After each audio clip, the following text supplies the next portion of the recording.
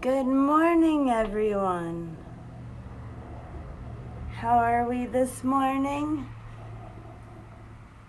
Good morning, Dan. Thank you for stopping by. Good morning, Fairy. How are we all this morning?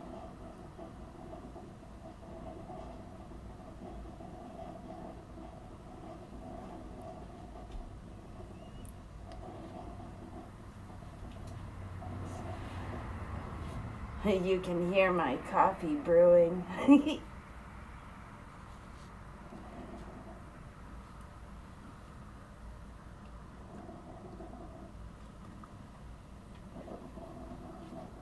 Well, that should be done soon. The baby woke you up early, Fairy? Oh no.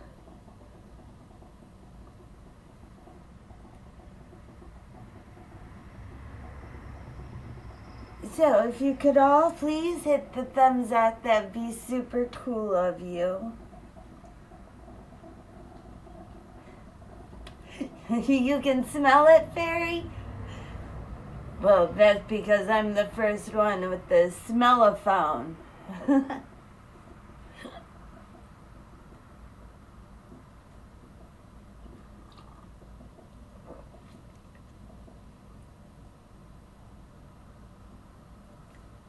So, this morning I thought I would go over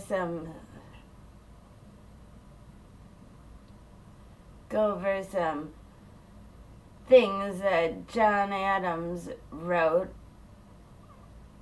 in the 1700s about impartial law and liberty and justice.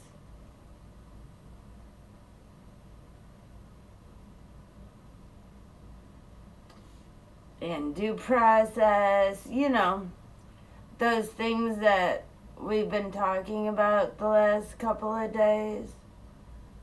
Because people think that person means only citizen.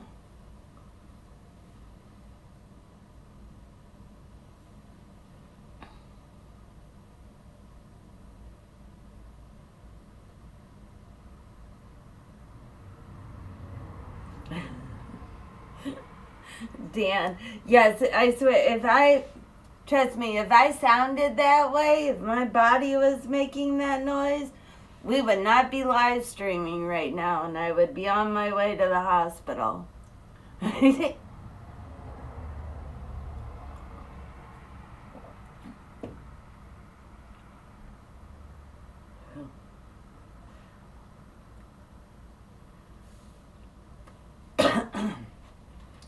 So, shall we get started on some of these things that he wrote about in his journals and letters and lectures and speeches and all those things?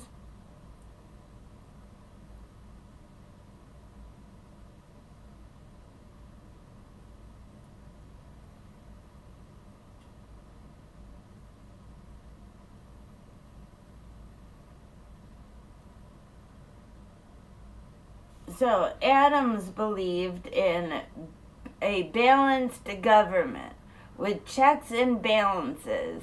Executive, legislative, and judicial powers should be separated. He was deeply skeptical of concentrated power, whether in monarchy or in a single legislative body. He wrote in a letter to John Taylor in 1814, democracy will soon degenerate. Wait, hold on.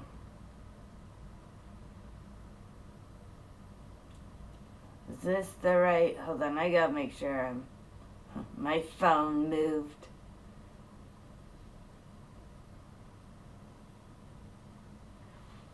Okay, so, sorry.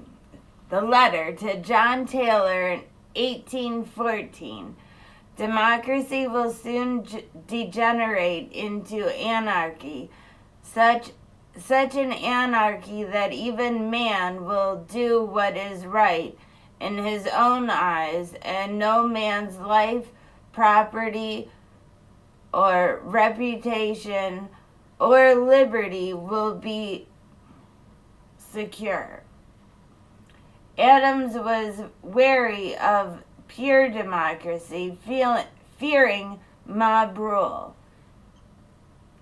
He favored a republic based on laws and institutions over majority whim, which is kind of what's going on right now. Majority whim, mob rule.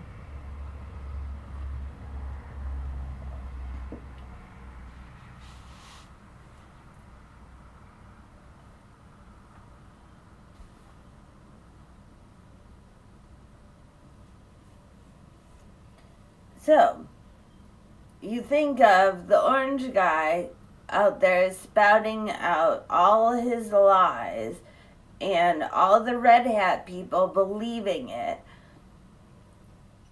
That is what the mob rule is.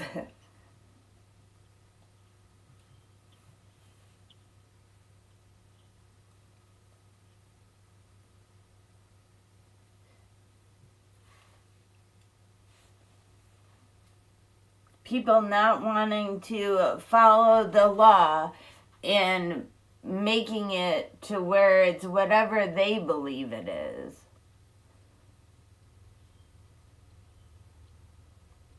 Like the orange guy.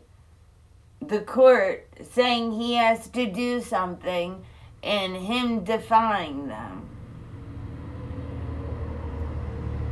Breaking the rules.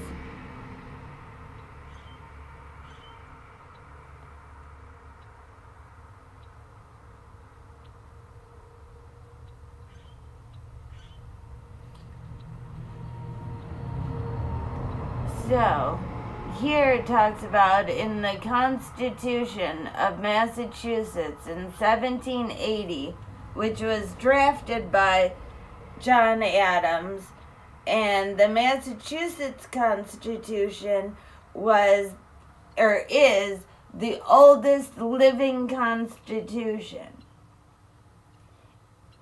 And it was the Constitution there before there was the Constitution of the United States and the Bill of Rights and all of that. So, back then, before he even wrote our Constitution, he wrote in the Massachusetts Constitution that all men are born free, equal, and have certain natural rights, essentials, and I can't say that word.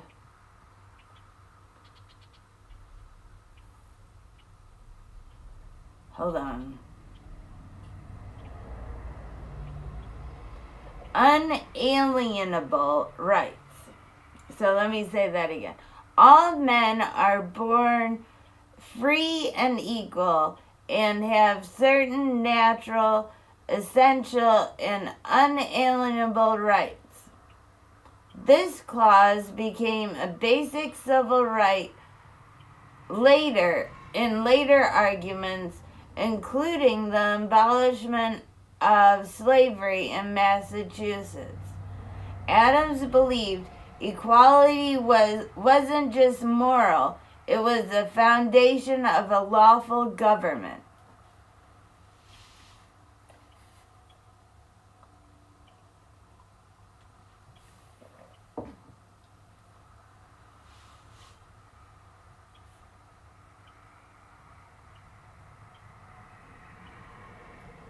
in a letter to James Sullivan in 1776, he said, "Let us dare to read, think, speak, and write. You and I have very little influence, but we have some. We ought to use it." So, even though you think that what's going on right now in all of this world, or not this, well, yeah, there's a lot of shit going on in this world, but in the United States, I know some of you, Fairy, just me, I don't know if you're lurking or if you're in here or if you're watching in the replay, but y'all are going to be mad at me for this. But even if you are just one single person, if you get out there and you start, just you, with a sign, standing up for yourself, for citizens in this country, not even citizens, for people walking on this land in the United States, you need to just get out there. Let your voice be heard. And maybe other people in your community will join you. And maybe they're not out there making their voices be heard because they're worried that they're going to be the only one. So they'll hopefully come out and join you because they'll see somebody else is doing it.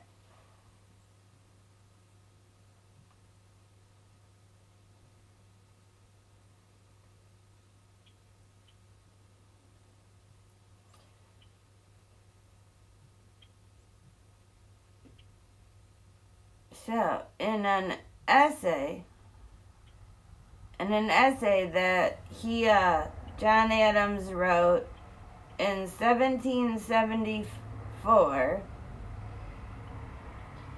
the Navanglis essay, where he defended colonial rights against the British overreach.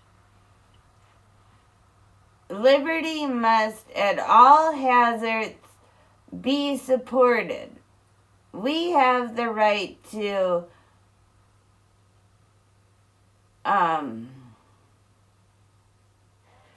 derive from our maker.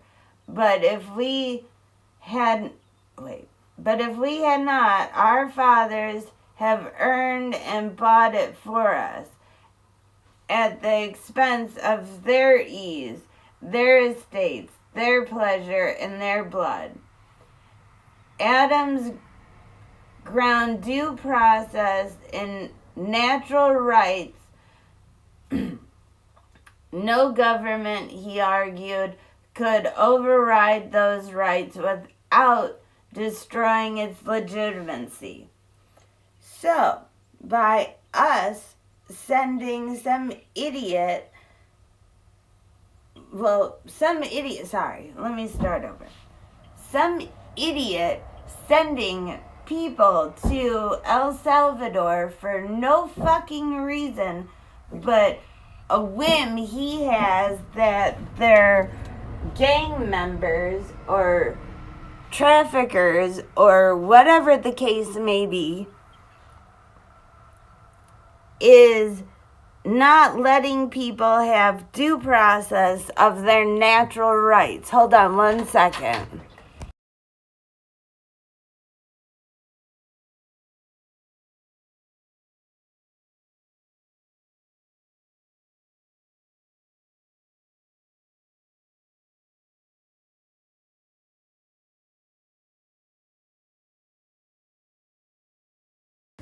Sorry, I got a phone call coming. It's here. I'll be right back.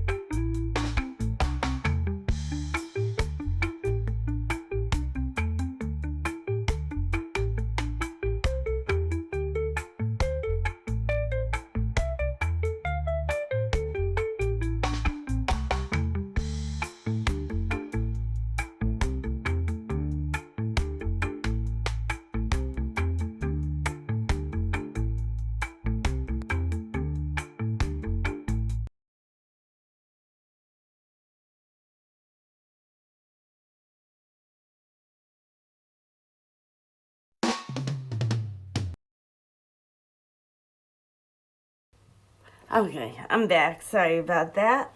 Thank you for holding for me.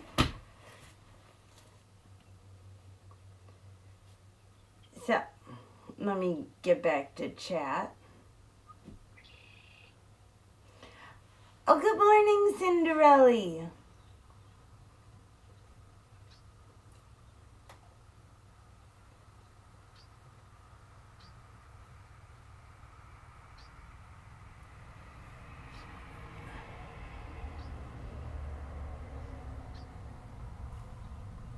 Oh, Fairy, you keep getting kicked out of the stream. Those stupid baby cell towers they have in your town. They need to fix the big cell towers.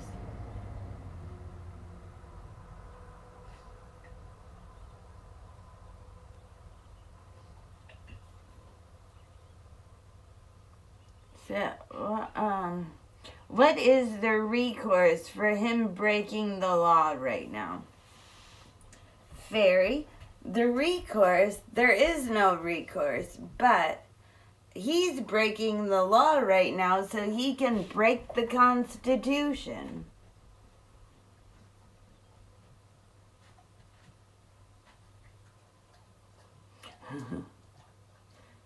You're not mad. Aw, Fairy. Not mad ever. Just worry about me being safe. Yes, everyone is afforded due process according to our natural rights as human beings, not just the Constitution. I mean, it's everywhere. Due process. You should get due process. Even back in the 1800s or 1200s or whatever it was I was talking about yesterday. Due process goes way, way, way back in history, people. What are you doing? What are you doing, silly guy? My dog's pacing behind me. Here, sit down. Can't have my coffee. That's my coffee.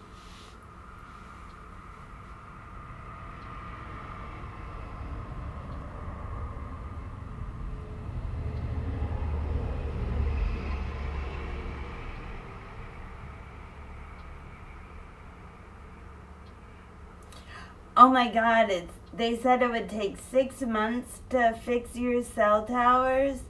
Hasn't it been 6 months?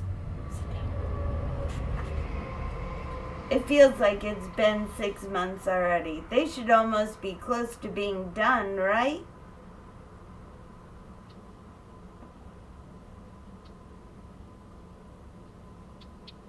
I feel like we've been talking for 6 months. Oh, it's only been 2 months? Oh, I'm sorry. I'm not saying that your friendship feels like it. Well, it kind of feels like we've been friends our whole lives. So,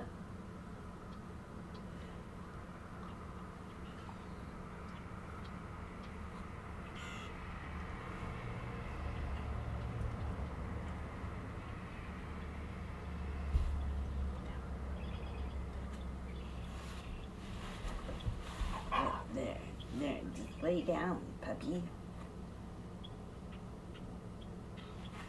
Oh, I almost reported myself. You gotta pay attention.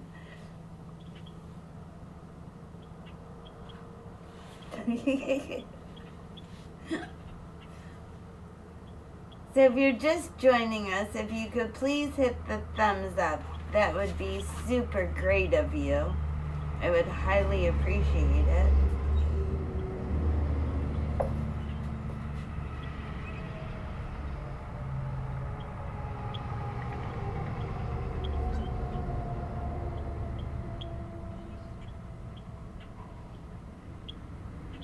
So while he was drafting the Massachusetts Constitution, he ensured strong protections for fair trials, habeas corpus, and the separation of powers. No subject shall be deprived of his liberty or estate, but the judgment of his peers and the law of the land. So it's the law of the land. And that doesn't just go for the Massachusetts Constitution. That goes for the U.S. Constitution as well. It's the land. It's not the people. The Constitution doesn't rule the people on the land. It rules the land.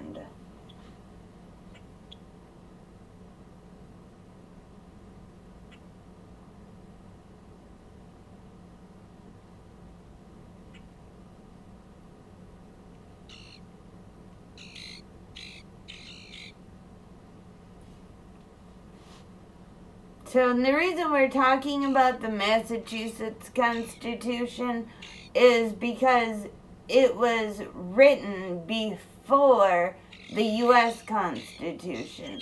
And it's the oldest living constitution in the world.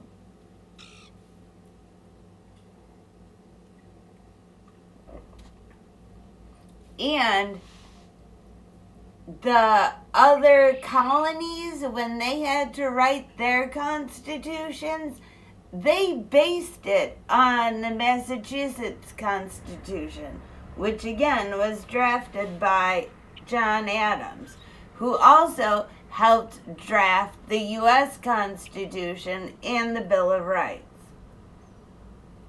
So, the U.S. Constitution and the Bill of Rights were also based on the Massachusetts Constitution. So you have to look at John Adams' thought process and what he was thinking as he was writing the Massachusetts Constitution, and then that leads into him writing our Constitution. And what did he believe, and what were his thoughts?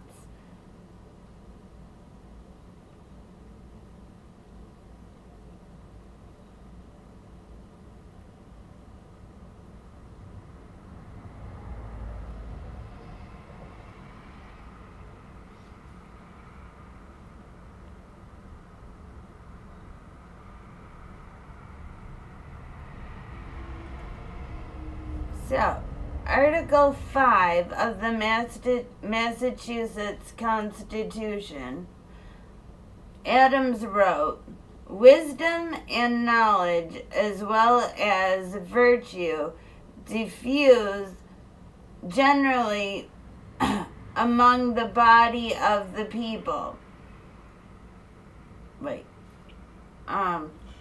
Being necessary for provision of the rights of liberty. Adams saw public education as essential to equality. He believed only an educated civilians could protect due process and resist tyranny. Well, that's what I'm trying to do, people. I'm trying to educate you people. Educate you red hat people that are listening, because you're not helping due process and you're not resisting tyranny, because that is what's going on right now by one person, one single orange guy deciding that he can just ship people wherever he wants in a foreign country prison somewhere, where they have no contact with their family, no contact with legal representation, no due fucking process. They're just shipped there and disappeared.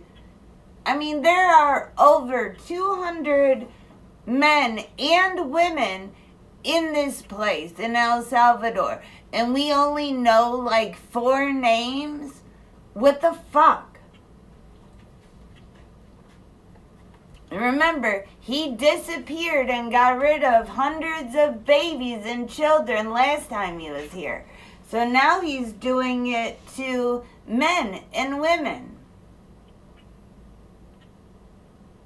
And all of you convoy red hat people that are so worried about the children, you don't give a shit about the children. And all of that, all the convoy people saying that they cared about children and the trafficking of children and the children that disappeared coming across the border was a fucking lie. You don't give a shit about any of them because you're letting this orange fucker do it again to grown ass people.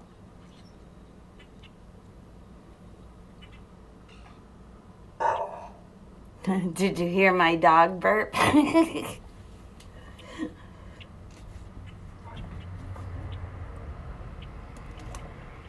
I'm going to fill my coffee. I will be right back.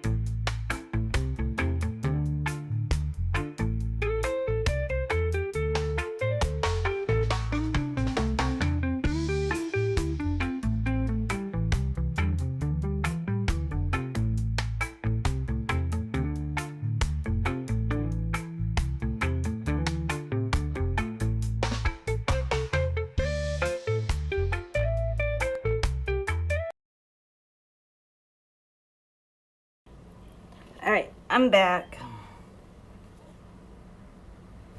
So, good morning, Praxis.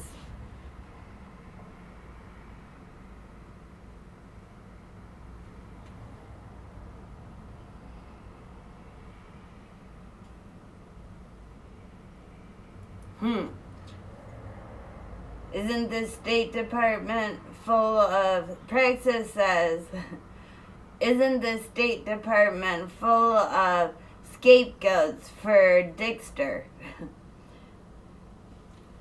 Yes.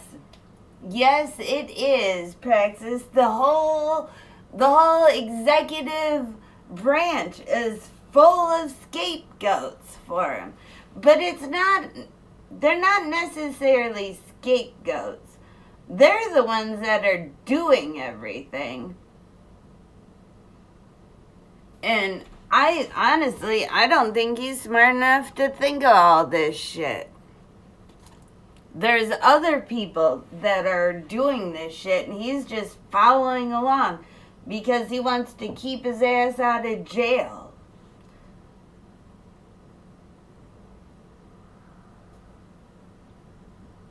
And definitely not smart enough or logical enough to get it all to be working at the same time. To create this clusterfuck of everything going on all at once so people are all distracted and don't know what to focus on.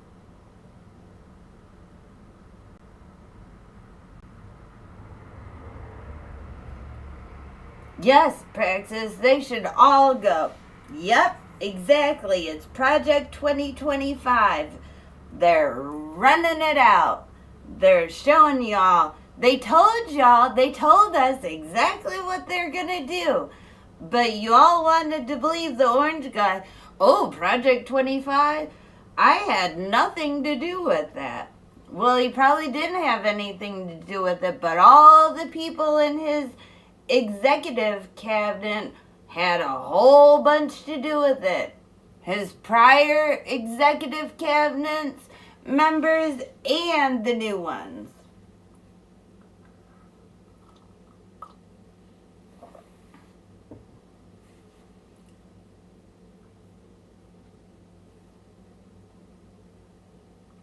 I mean, just wait.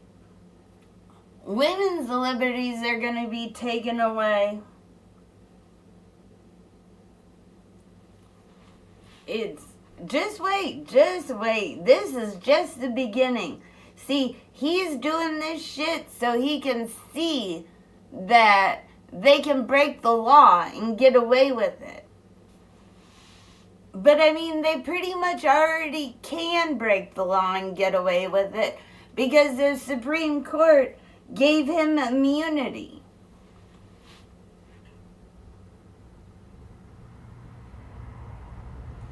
So there's that.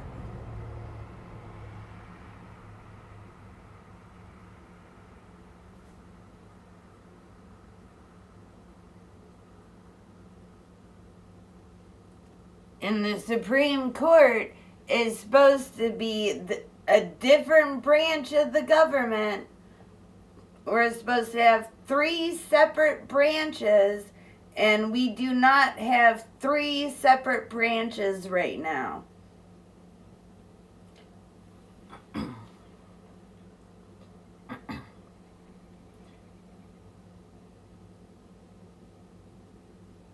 So if you're just joining us, if you could please hit the thumbs up, that'd be super cool of you.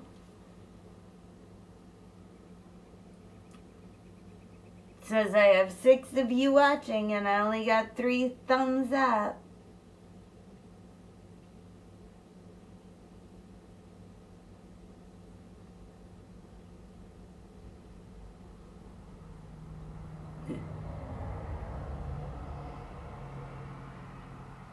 Aw, somebody took their thumbs up away.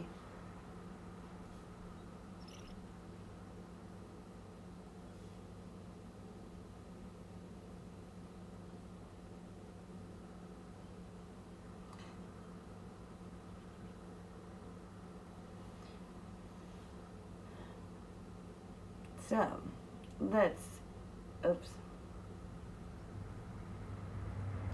get back to where I was.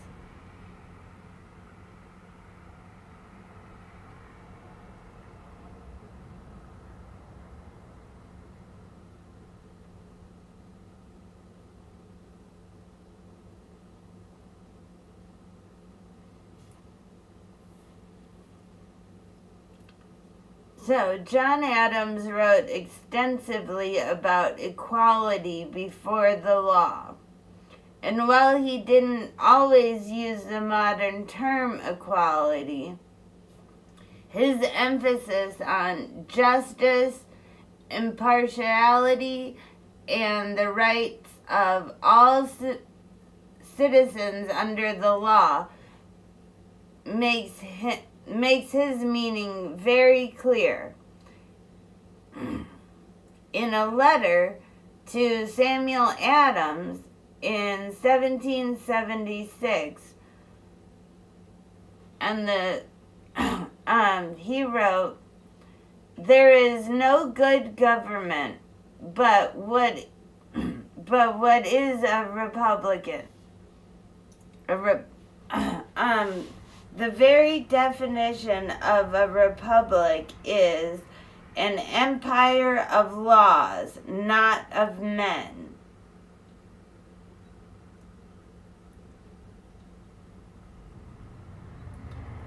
This famous line emphasizes impartial law, not personal power. Adams believed justice must be applied equally, regardless of status or class.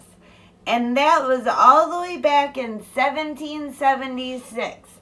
He was talking about it applies regardless of status or class.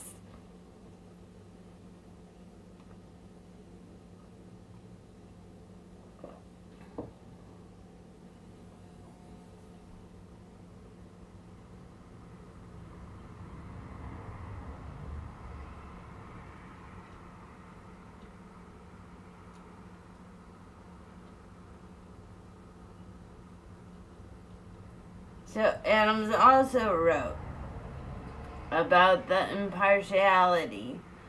Facts are stubborn things, and whatever may be our wishes, our inclinations, or the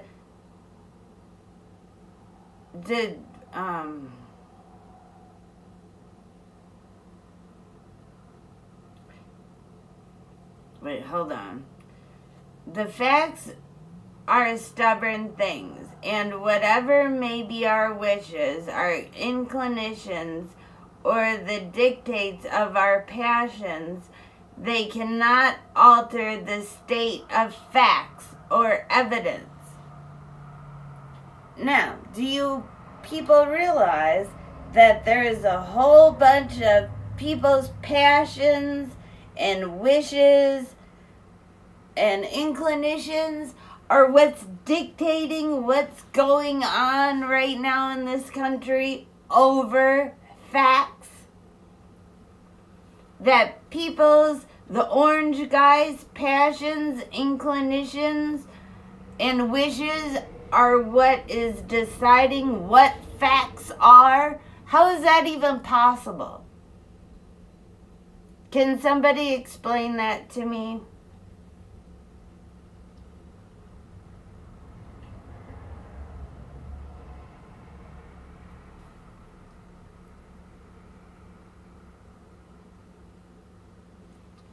Alright, I'm reading chat.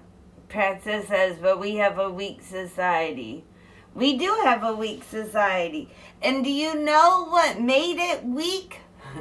The government made it weak because they don't want the public to be educated, to know what the fuck is going on. They don't teach civics in school anymore because they don't want people to understand about the government.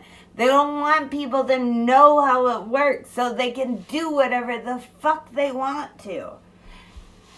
And then people believe whatever comes out of the orange guy's mouth because they don't know any different. And that's why he's able to do whatever he wants and why he has all these people following him blindlessly.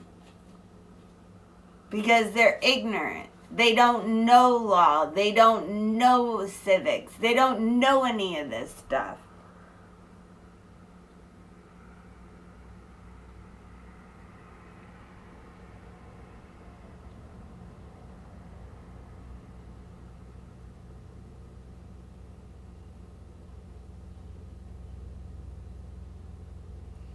Oh, bye, Fairy. Enjoy your nap.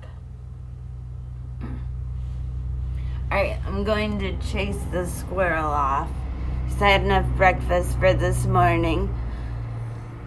I'll leave you guys with a little music. And if you could answer any of my questions that I just fired out at you, please do. I'm very curious to know why you think that our society is so stupid right now, because I have my own opinions.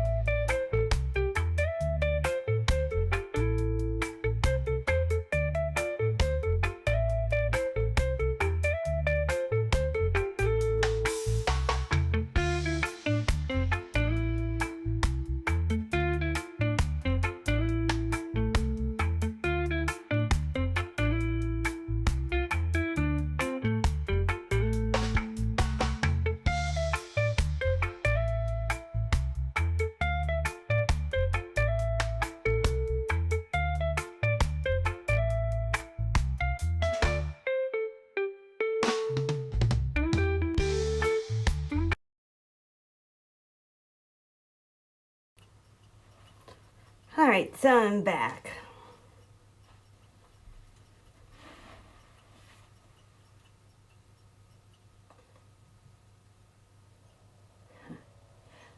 So besides the point that 90% of the grocery on the shelves are poison, human beings need good food first. I agree. You know, I agree, our food does need to be safer, Praxis.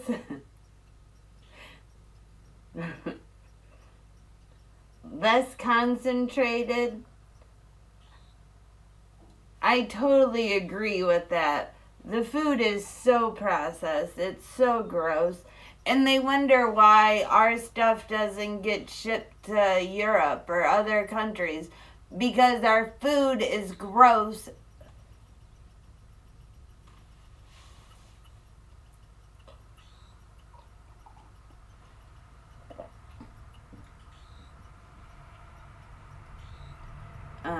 Let's see.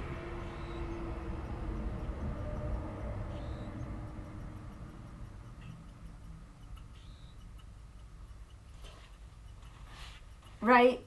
Praxis, and every drug known to man is available. Oh, good morning, Beard.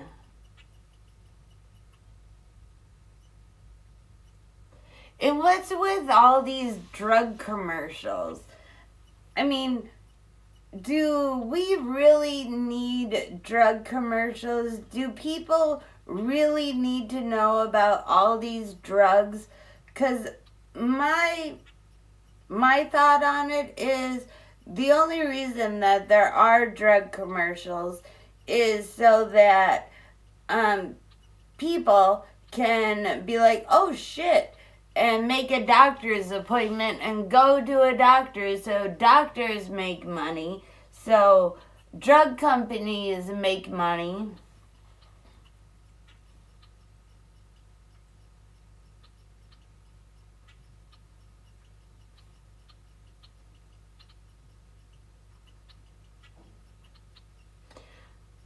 Oh yeah, Beard, so all of our good vibes we sent to Beard the other morning for his procedure that he was going to do really helped. It's not a tumor and it doesn't look cancerous. So thank you everyone for sending good vibes Beard's way.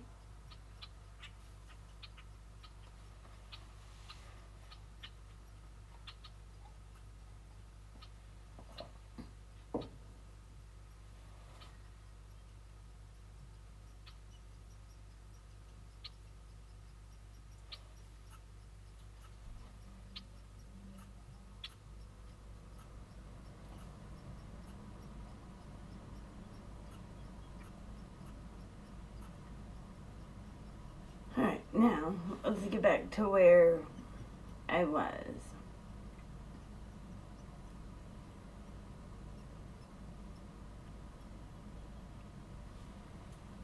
So, in 1776, John Adams wrote in a letter that the foundation of national morality must be laid in private families. In vain are schools, academics, and universities if religion and virtue are not taught. Liberty can no more exist without virtue and independence than the body can live and move without a soul.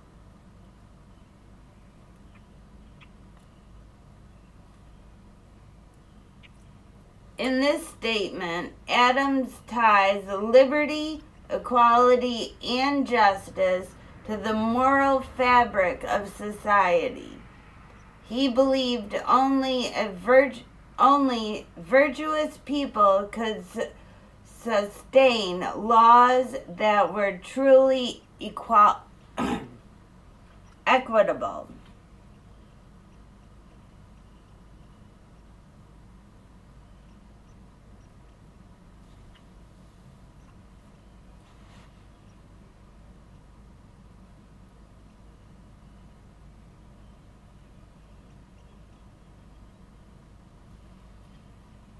So, again, smart people need to start realizing that everything written in the Constitution was for everyone that is on the land of this country. Not just citizens, but people, persons.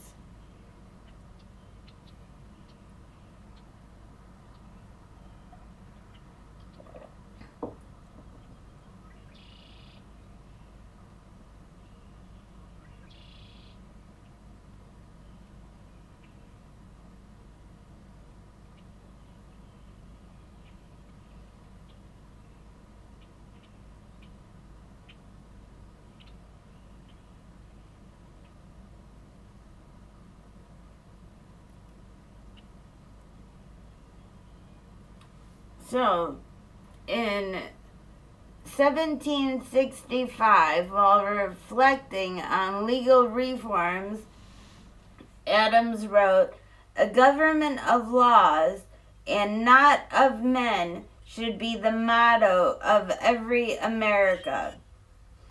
No one man nor body of man is above the law." So, the president is not above the law. No one man is above the law.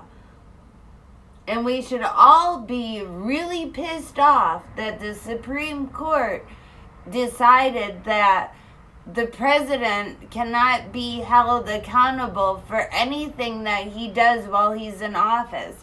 That's bullshit. That's putting somebody above the law, and nobody should be above the law.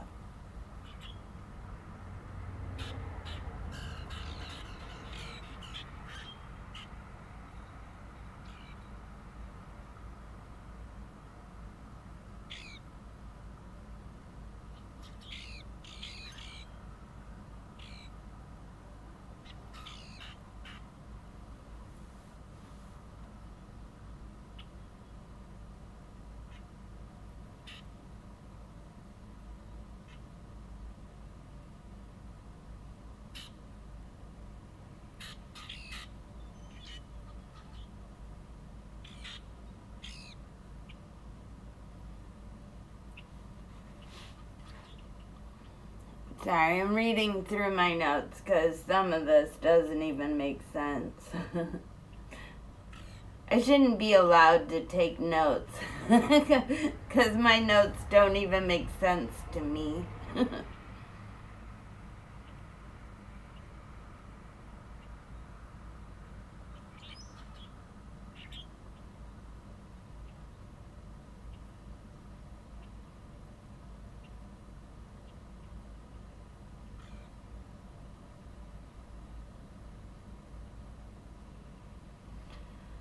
Okay, so it is essential.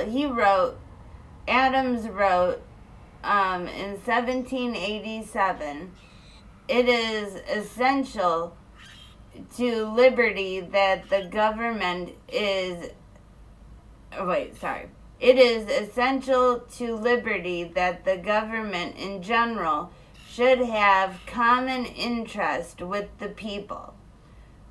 So it is essential to justice that the government be administered by men of the middling class, who are near to the level and feel more sensibility to the hardships of the people." So, I truly believe this to be how it should be. I don't think the 1% should be in the White House. I think that normal, everyday Americans should be the ones that are in the White House. I believe that money should be taken out of politics. I don't think that we should have politicians paying millions of dollars to TV stations, radio stations, to any of that. These people that are wanting our vote need to actually come out and talk to us, need to go to places in this country and talk to people to get their vote. Actually win their vote like they used to before there were TVs.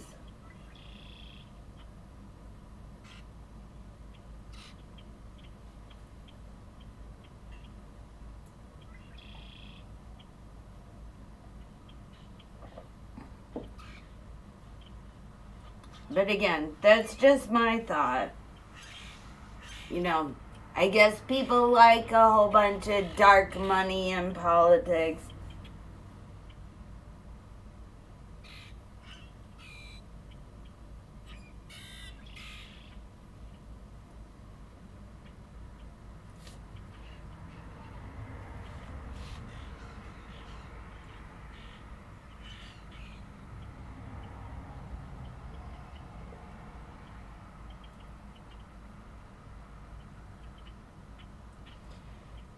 So, what he was saying is justice is best served when those in power don't place themselves above the people and share their struggle.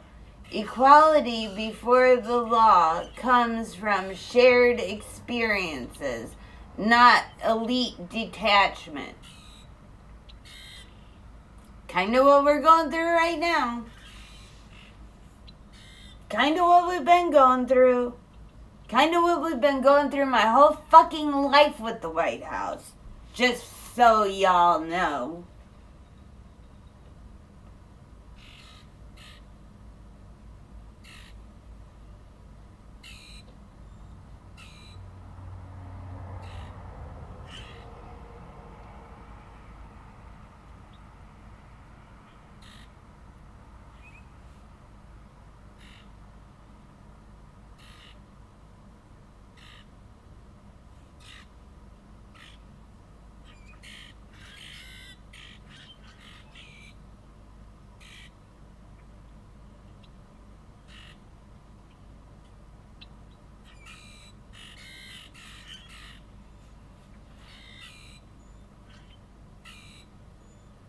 So, let's see here.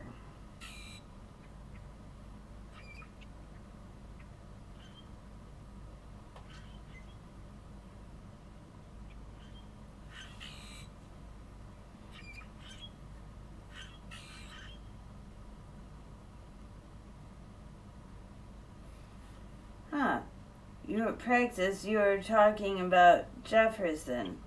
So, in a letter from John Adams, to Thomas Jefferson in 1813 on the danger of unchecked power, he wrote, "Power always thinks it has a great soul and vast views beyond the comparison of the weak.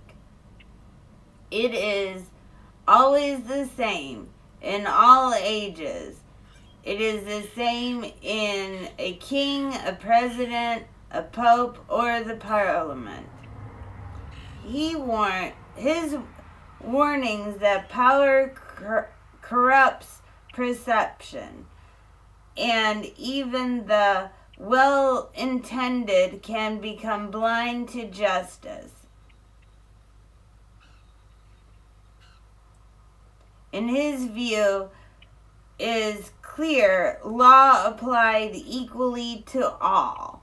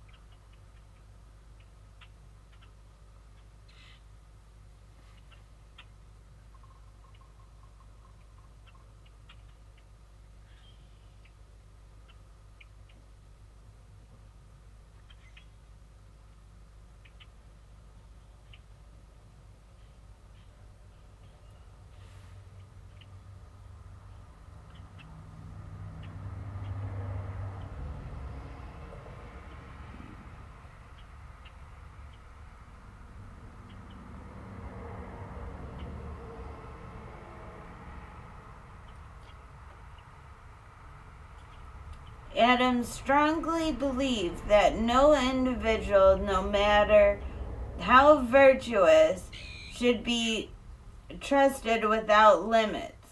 The law, not personal authority, must rule.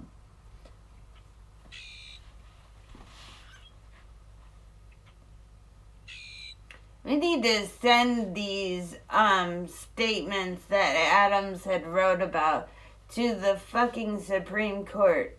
Maybe they forgot that no one man is above the law when they made their fucking ruling about the president or whoever's in the White House can do whatever the fuck he wants and not get in trouble for it.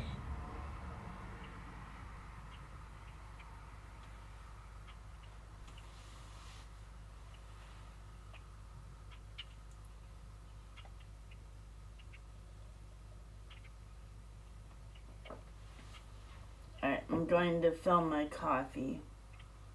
I should have done that when I came back. Before I came back. I'll be right back.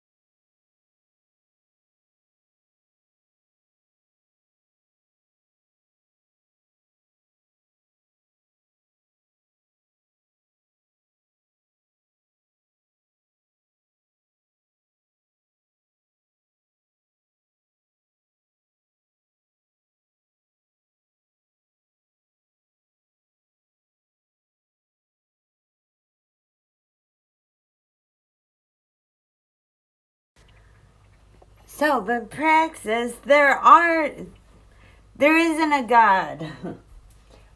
Well, the red hat people think the orange guy is. But that's where they're fucked up. They have to realize that he's not. The evangelicals are lying to all of you. God.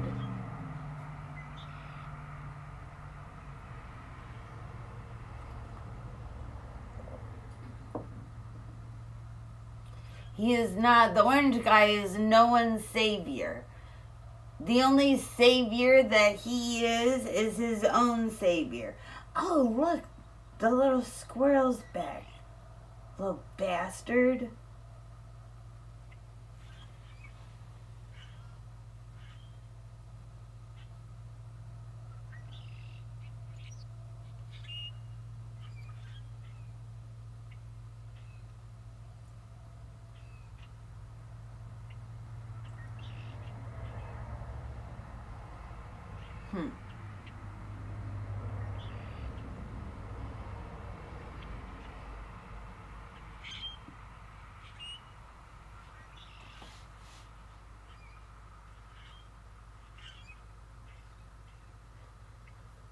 So, wait, was that the same letter? Hold on. Oh, no. So, in another letter to Thomas Jefferson in 1815, power always sincerely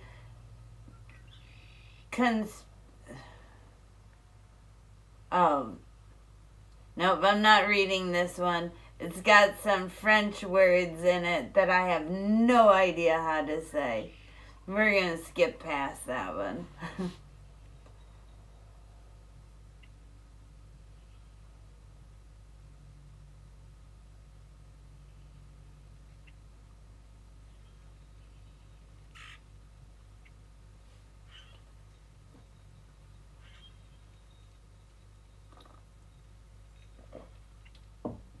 So, but that one, Adams recognized that self-righteousness of power, how even good people could justify injustice.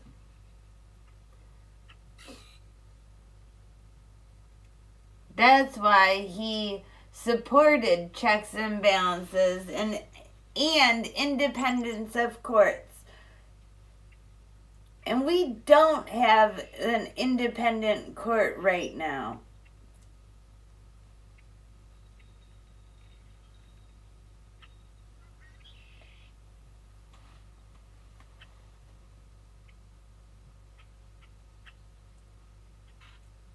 We don't even have an independent Congress. This shit is so fucked up.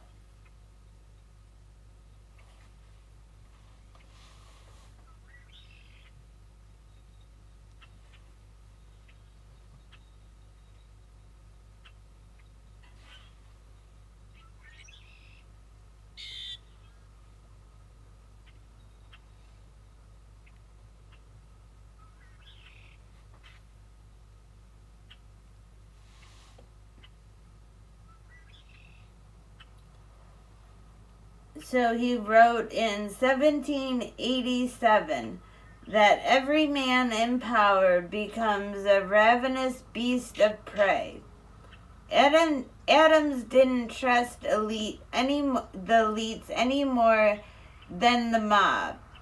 His vision of government centered on middle-class, educated citizens who could represent the public without being detached from it. So, somewhere along the way, we fucked up as Americans and who we voted into office. Because we've been voting in elites since as long as I've been alive. And that's 40-some fucking years.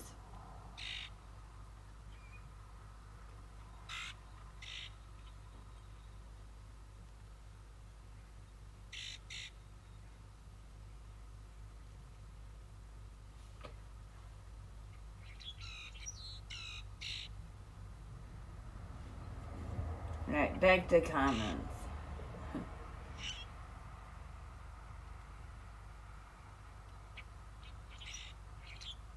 Praxis says religion is the most important thing in the world. Politics is second to religion in our world. And you know what, Praxis? We need to be the important thing. The people, not religion, not politics. The people. The government is supposed to be working for us. And it's not.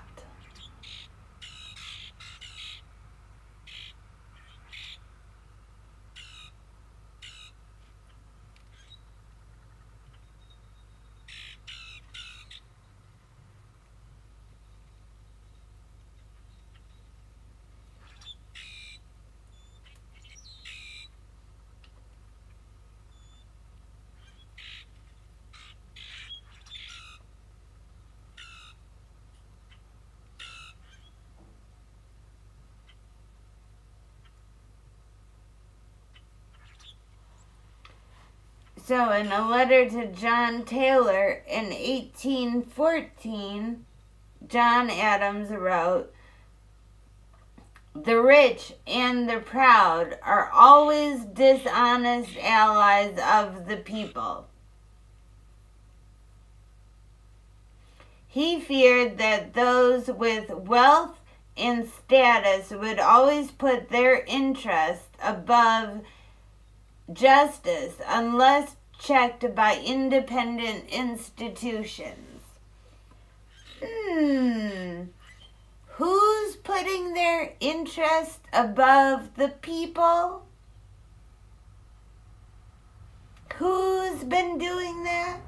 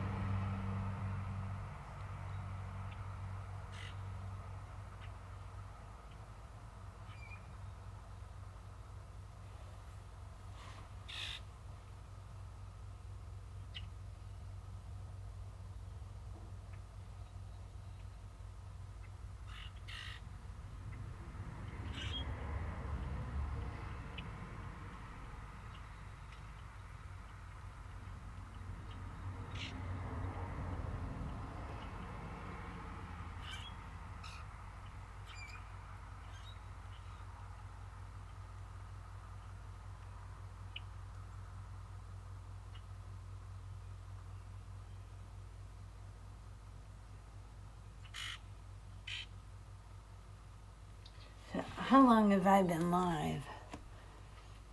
Oh, just over my hour mark.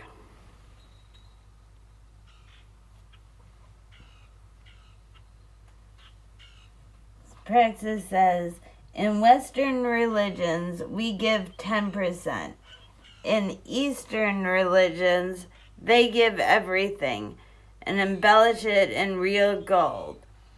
I can't deny thousands of years of that.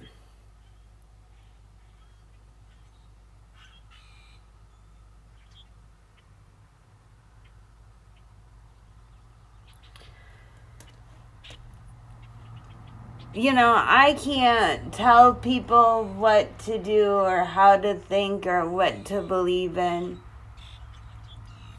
But I don't think that religion or power or not power, the elite, I don't think any of that should have anything to do with our government. Alright, I gotta go get rid of this squirrel. He's really pissing me off. He's eating all the bird seed. I'll be back.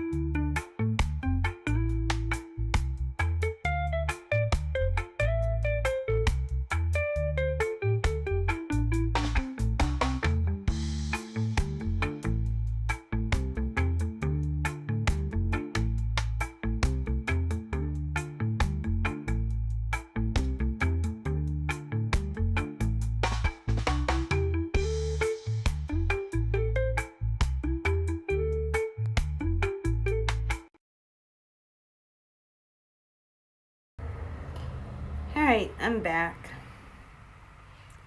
And the little squirrel's gone. I swear he sits up in the tree and watches me in the window and waits for me to sit down before he comes back to the feeder.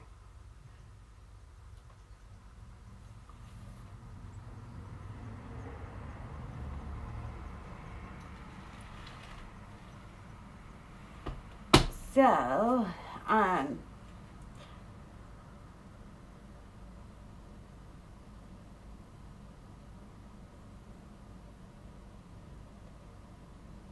well, I think I might call it a day. Or a morning, I should say.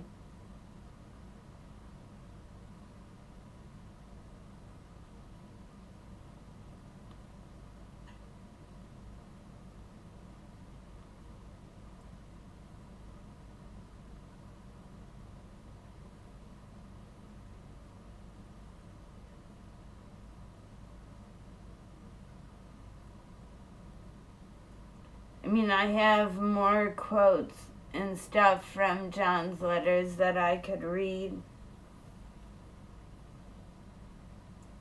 But maybe we'll save those for another morning. They're all hypocrites, Praxis, all of them. So, Praxis says, they also believe they can become a god. They believe in, I don't know what those words.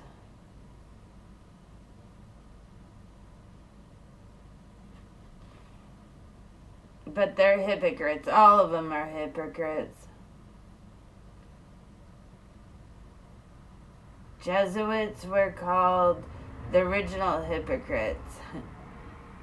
The Pope was the first Jesuit Pope. You know, it's very sad that the Pope Francis passed away. I wonder what the new Pope's gonna be like.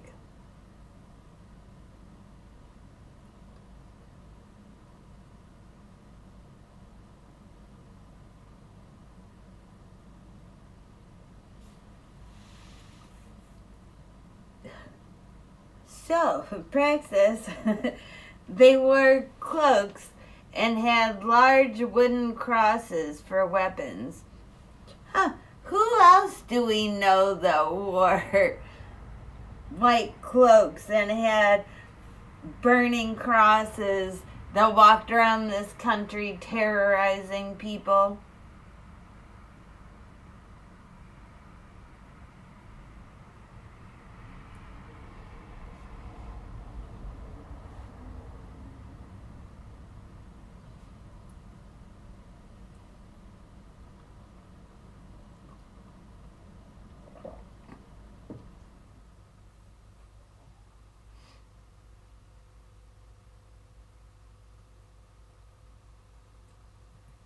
I wonder how long it's gonna take them to get a new pope.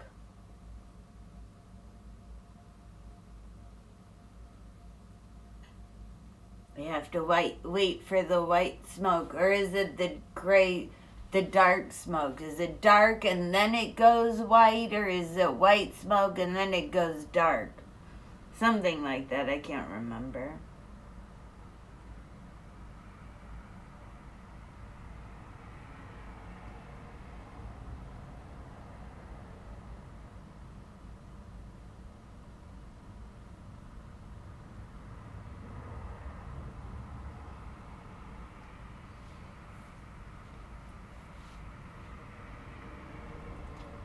Does anyone know if, like, a pope can change things?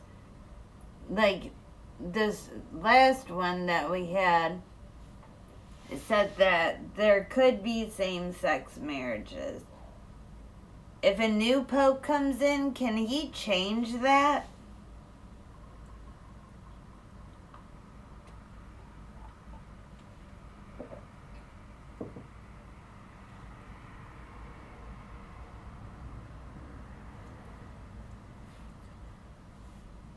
Does anyone out there know the answer to that question?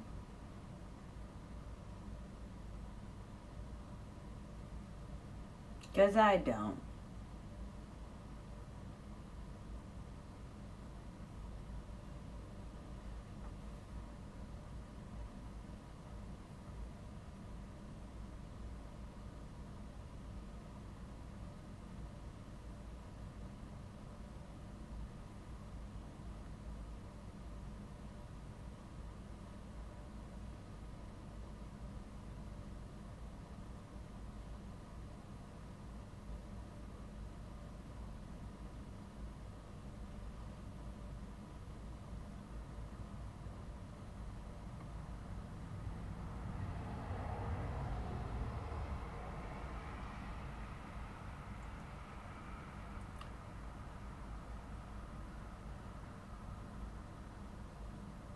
The document is called.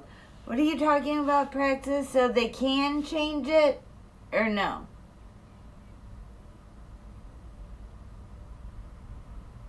Are you still talking about the Pope? Did you hear my question, Praxis?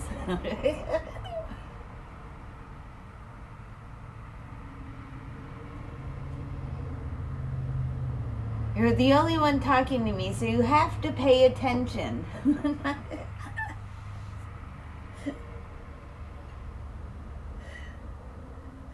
Damn it, Praxis, making me repeat myself. So, when the new Pope comes in, can he change what the old Pope said?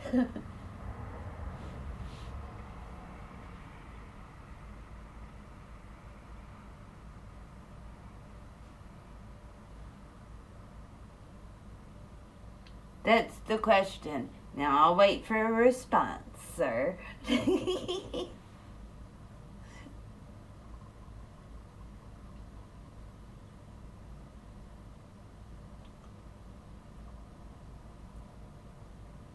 He can do whatever he wants.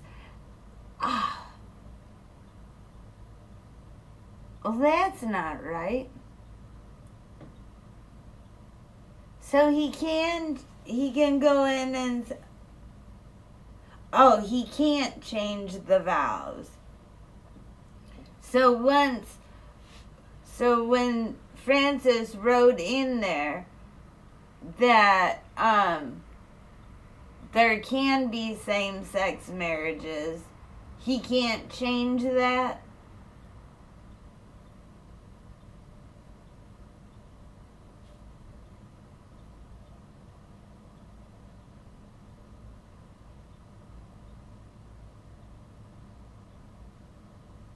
Oh, well, that's good.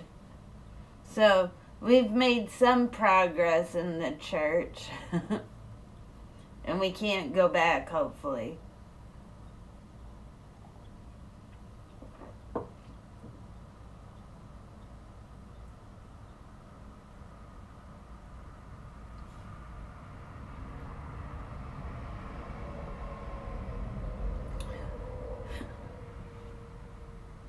Beard. Beard's asking Praxis if he threw his hat in for the next pope.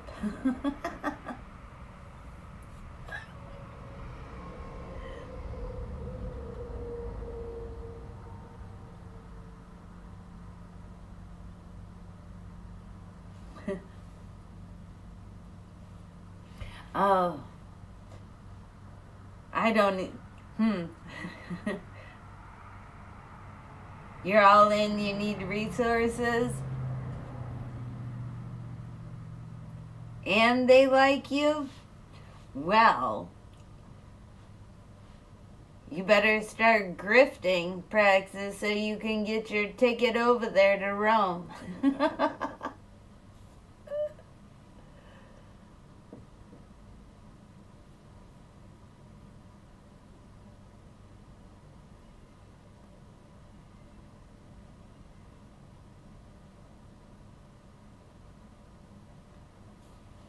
What's weird? What happened?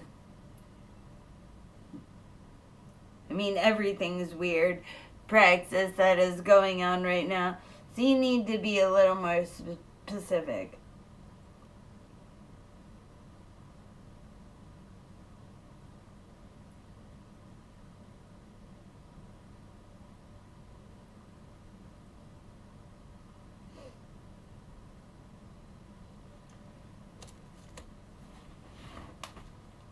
Alright, I've had too much coffee. You have to excuse me for a moment, and then I'm going to chase this little squirrel off. I'll leave you with a little music.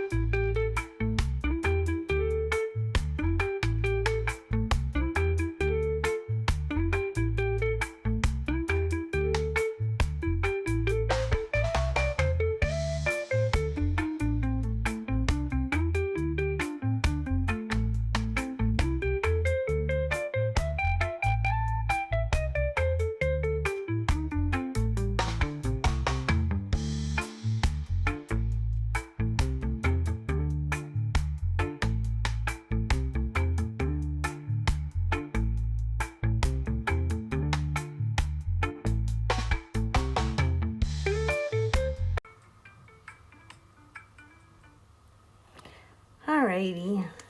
So, practice your purple? What's that mean? Are you an independent thinker? I hope so. We all should be independent thinkers.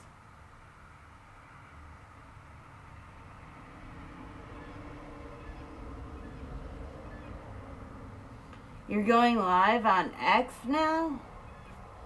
Ugh. Nope.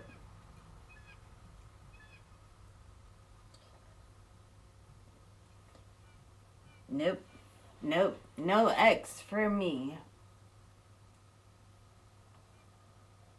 Hell, I haven't even figured out this platform yet. I don't need to go to another one.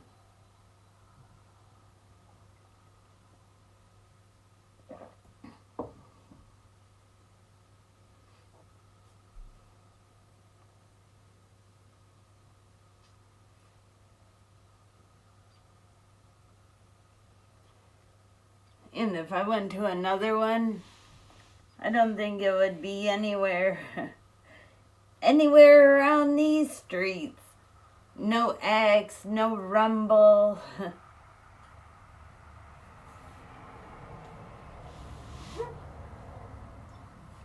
I think I'd just be done.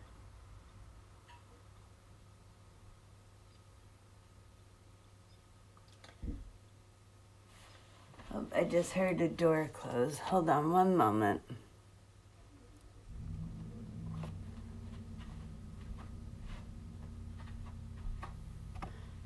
See who's here.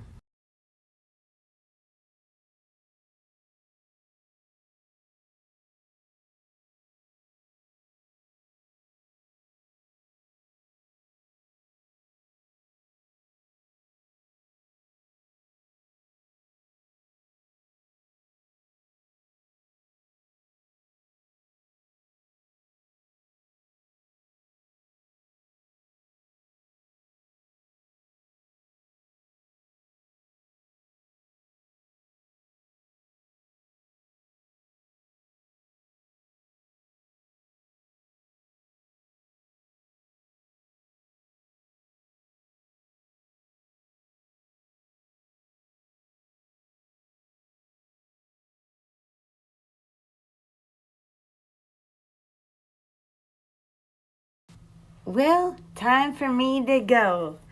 My friend's here. So, y'all have a wonderful day. Peace and love to all of you that matter. To the ones that don't matter to me anyways. Maybe don't matter to some of y'all. Call 988 before you do something stupid. Or maybe you have a friend that actually cares. Call them. Don't call me. Well, you can't call me. If you're outside of the United States and you need mental health help, you can Google how to get mental health help. And there should be a number that pops up that you can dial to get help. So be kind. It's free. Don't be an asshole. There's too many of them in this world. And be honest. Stop lying, everyone. There are real people that find the real truth. And we all laugh at you liars. I'll see you all next time. Bye.